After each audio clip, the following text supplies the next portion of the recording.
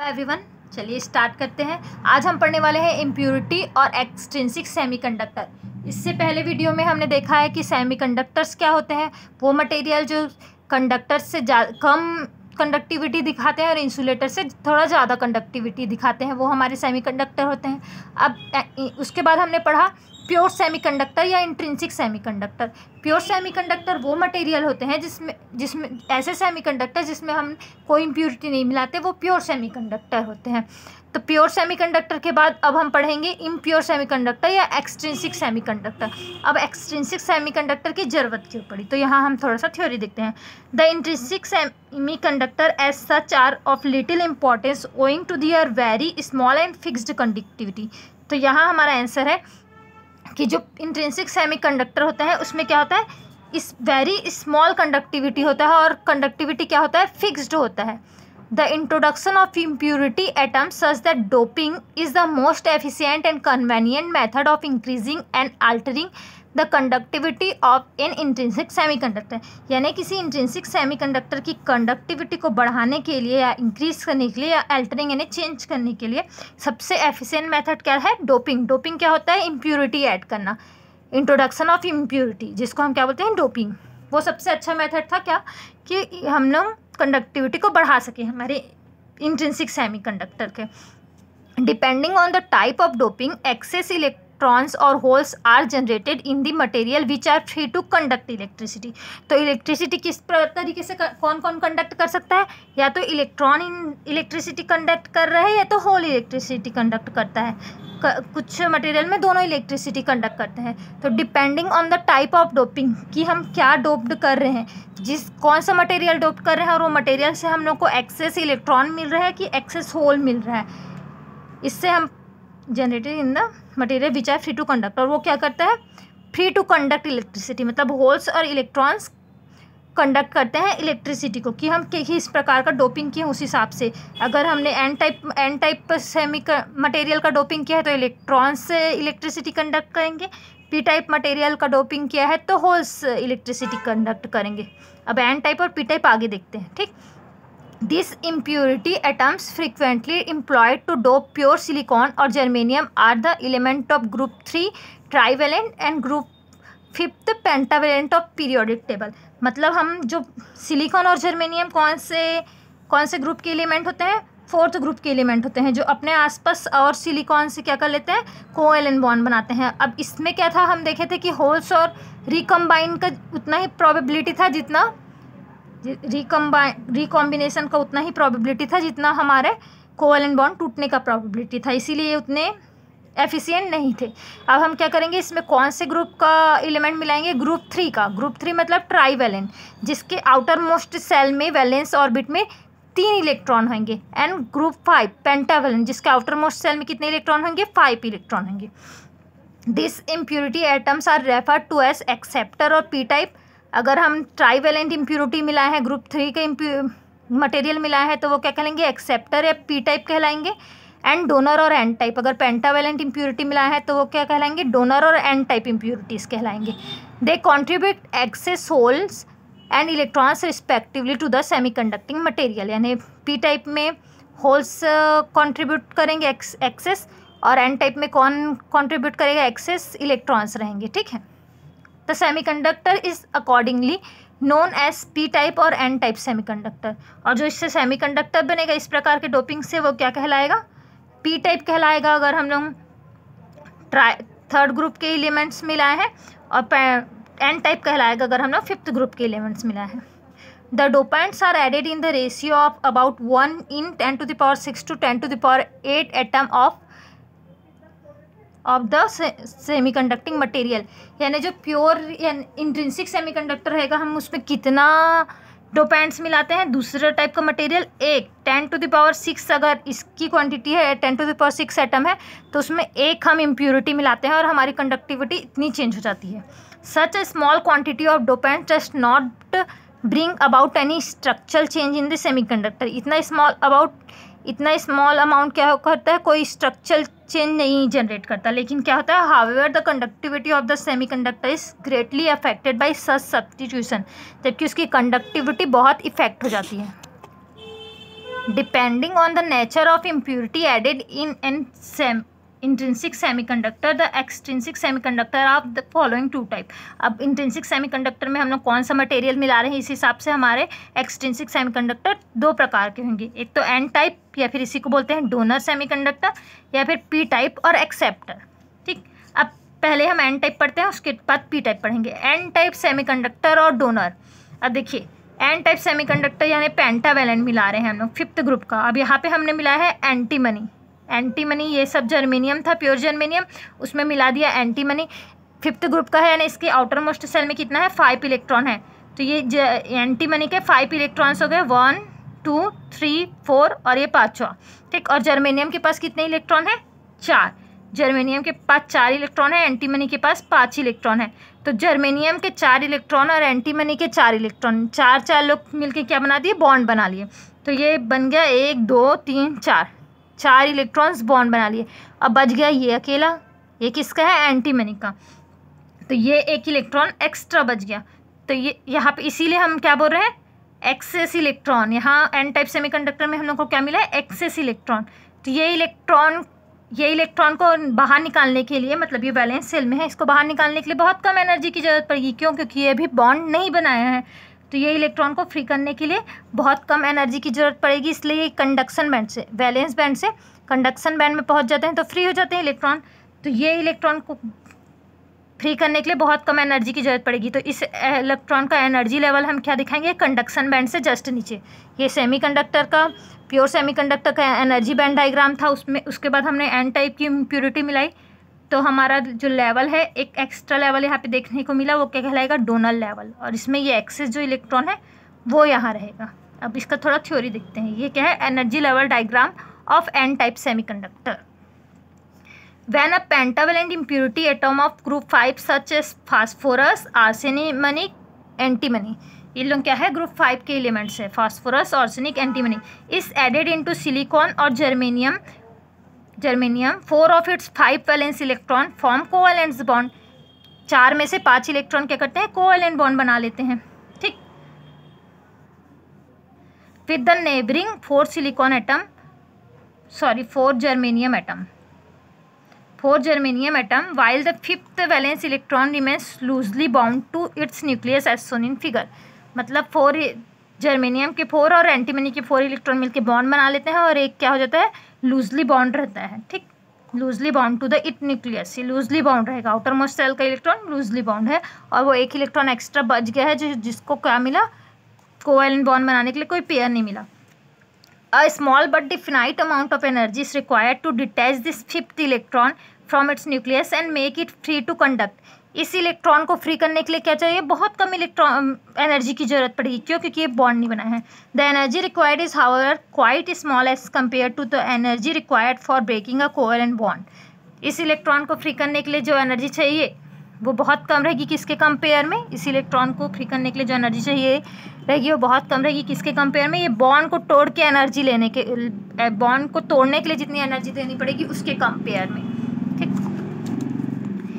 Easily provided by thermal agitation inside the crystal. और ये energy क्या है, बहुत आसानी से थर्मल एजिटेशन यानी हम लोग टेम्परेचर को बढ़ा के आसानी से दे सकते हैं। The energy level corresponding to the 5th valence electron lies in the band gap just below the conduction band. जैसे कि हमने फिगर में देखा कि कंडक्शन बैंड के जस्ट बिलो इसका एनर्जी लेवल था, ये कंडक्शन बैंड हो गया, ये एनर्जी लेवल जस्ट बिलो, यहाँ वैलेंस बैंड। तो ये एक्सेस इलेक्ट्रॉन का एनर्जी लेवल कंडक्शन बैंड के जस्ट बिलो है। This level is called the donor level. अब वो लेवल को क्या बोलेंगे हम, donor level. The depth of donor level below the conduction band is mainly about 0.1 electron volt to 0.03 electron volt. मतलब germanium के लिए इतना इलेक्ट्रॉन वोल्ट एनर्जी देना पड़ेगा, और वो डोनर लेवल से कंडक्शन लेवल में पहुंच जाएगा वो एक्स्ट्रा इलेक्ट्रॉन, और सिलिकॉन में 0.03 इलेक्ट्रॉन वोल्ट एनर्जी देना पड़ेगा, और वो डोनर लेवल से कंडक्शन बैंड में पहुंच जाएगा।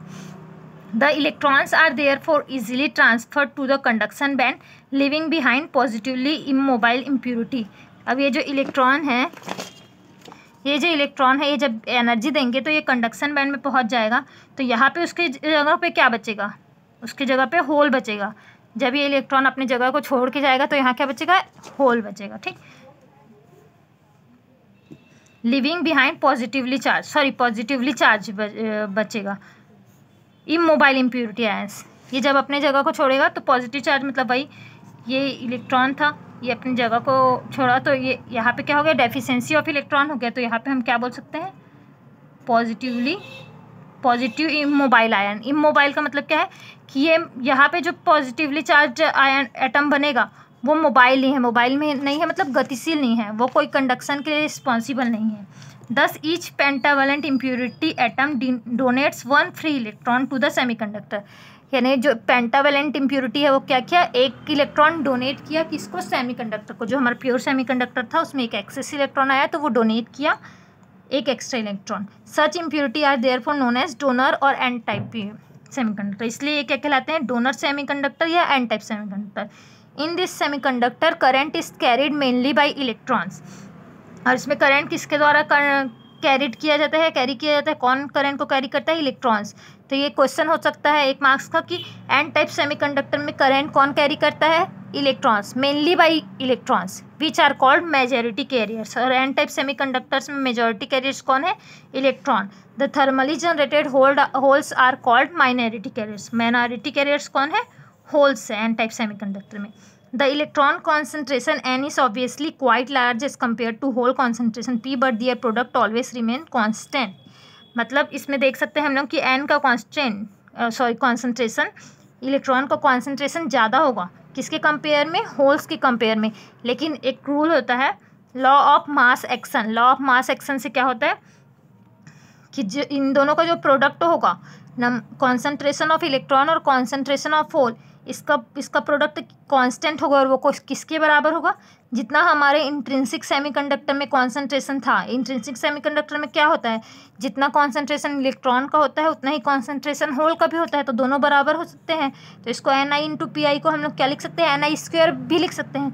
तो इन दोनों का प्रोडक्ट हमेशा किसके बराबर होगा, Ni² के बराबर। मतलब इंट्रिंसिक सेमीकंडक्टर में जितना कॉन्सेंट्रेशन था, चार्ज कैरियर्स का जितना कॉन्सेंट्रेशन था उसके बराबर होगा। ये क्या है, law of mass action.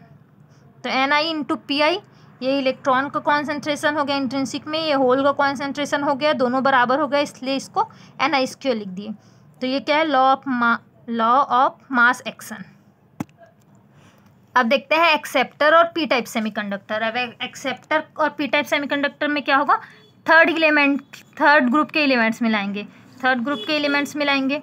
If a trivalent impurity atom of group 3 such as boron, aluminium, gallium और indium is introduced into silicon में या फिर जर्मेनियम में, प्योर सिलिकॉन या प्योर जर्मेनियम में जब हम लोग ग्रुप 3 के एलिमेंट की अशुद्धि मिलाते हैं, इम्प्योरिटी मिलाते हैं, it forms 3 covalent bonds with the neighbouring 3 silicon atoms while the 4th bond is not completed due to deficiency of electron।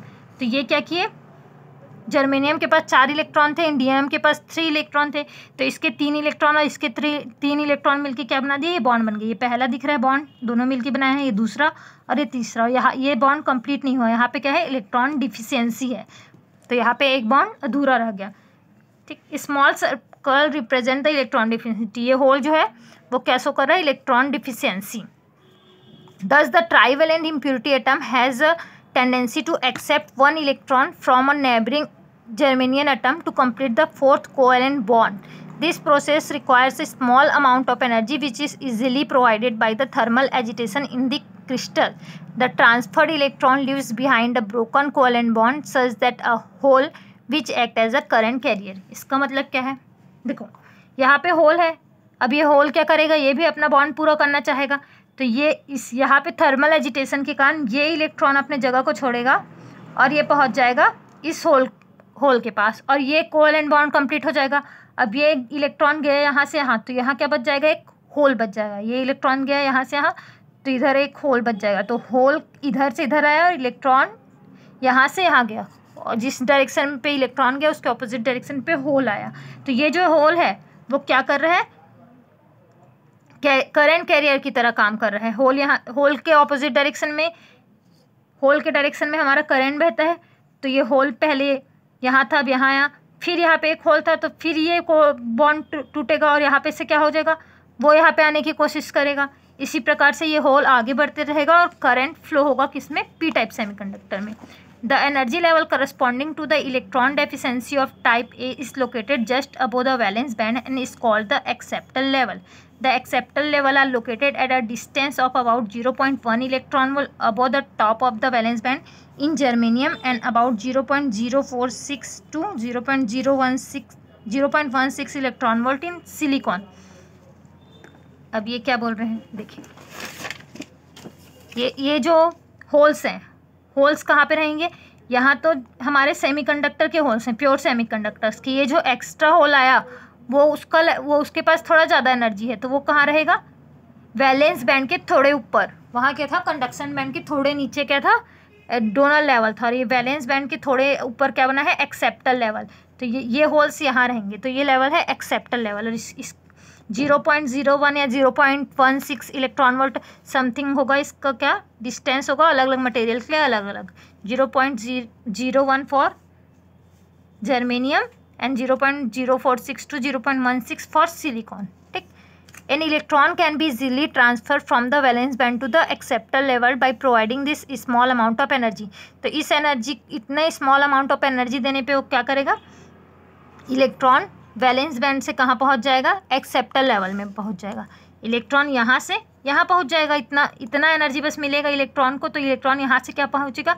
यहाँ. अब इलेक्ट्रॉन, एक इलेक्ट्रॉन यहाँ का यहाँ से यहाँ पहुँचा, इस होल के पास पहुँचा, तो यहाँ पे क्या हो जाएगा? ये इलेक्ट्रॉन अगर चला गया तो यहाँ पे एक होल बन जाएगा, यहाँ एक होल बन जाएगा. This creates a hole in the valence band which act as a mobile current carrier. यहाँ पे जो होल बनेगा, मतलब वैलेंस बैंड में जो होल बनेगा वो किसकी तरह वर्क करेगा? मोबाइल करंट कैरियर की तरह. मतलब वो गतिशील रहेगा, वो करंट कैरियर की तरह बिहेव करेगा, करंट को आगे बढ़ाएगा. The negatively charge impurity atom however remains immobile and does not contribute to conduction. देखो, ये हो गया कंडक्शन बैंड, ये हो गया वैलेंस बैंड. यहाँ पे है एक लेवल, यहाँ है होल, यहाँ का इलेक्ट्रॉन यहाँ से यहाँ गया, तो यहाँ पे क्या बन गया? इसके आगे देखो, ये फिर कंडक्शन बैंड, ये वैलेंस बैंड, यहाँ का एक इलेक्ट्रॉन गया है तो यहाँ बन जाएगा होल. और ये वैलेंस बैंड के पास इलेक्ट्रॉन गया तो यहाँ पे पहले होल था, ये क्या बन गया? Negatively charge ion. तो ये क्या रहेगा? जो आयन बना है वो क्या रहेगा? इमोबाइल रहेगा. ये है इमोबाइल. और यहाँ पे जो होल जनरेट हुआ है, यहाँ पे जो होल जनरेट हुआ है वो क्या रहेगा? मोबाइल. यानी ये क्या करेगा? करंट कैरियर की तरह वर्क करेगा. और ये क्या है? ये कंडक्शन में पार्ट नहीं लेगा. Thus each trivalent impurity atoms can accept an electron. जो ट्राईवेलेंट इम्प्योरिटी होता है उसके पास होल रहता है, इसलिए वो क्या कर सकता है? एक इलेक्ट्रॉन एक्सेप्ट कर सकता है. ठीक. From a neighbouring silicon atom, अपने आसपास के सिलिकॉन एटम से एक इलेक्ट्रॉन एक्सेप्ट कर सकता है. और क्या कर सकता है? होल प्रोड्यूस करता है. सेमीकंडक्टर में होल प्रोड्यूस कर सकता है. Such impurity are therefore known as acceptor और पी टाइप इम्प्योरिटीज. इसीलिए क्या कहलाते हैं? एक्सेप्टर या पी टाइप इम्प्योरिटीज कहलाते हैं. And the semiconductor containing such impurity atom is known as p-type semiconductor. इस टाइप के सेमीकंडक्टर p-type semiconductor कहलाते हैं. In this semiconductors, whole are the majority carriers and thermally generated electrons are the minority carriers. Holes जो रहेंगे वो क्या रहेंगे? Majority charge carriers रहेंगे. होल्स इसमें मेजॉरिटी चार्ज कैरियर्स रहेंगे पी टाइप में, और जो इलेक्ट्रॉन्स रहेंगे वो माइनॉरिटी चार्ज कैरियर्स रहेंगे. ये भी क्वेश्चन बन सकता है. पी टाइप सेमीकंडक्टर में मेजॉरिटी चार्ज कैरियर्स कौन है? होल्स. और एन टाइप सेमीकंडक्टर में मेजॉरिटी चार्ज कैरियर्स कौन है? Electron. In this case P is quite large as compare to N. P ज़्यादा होता है किसके कंपेयर में? इलेक्ट्रॉन के कॉन्सेंट्रेशन के. होल का कॉन्सेंट्रेशन ज़्यादा होता है. The law of mass action still holds. जो लॉ ऑफ मास एक्शन है कि जितना इलेक्ट्रॉन का कॉन्सेंट्रेशन होता है और जितना होल का कॉन्सेंट्रेशन है उसका जो प्रोडक्ट होता है वो किसके बराबर होगा?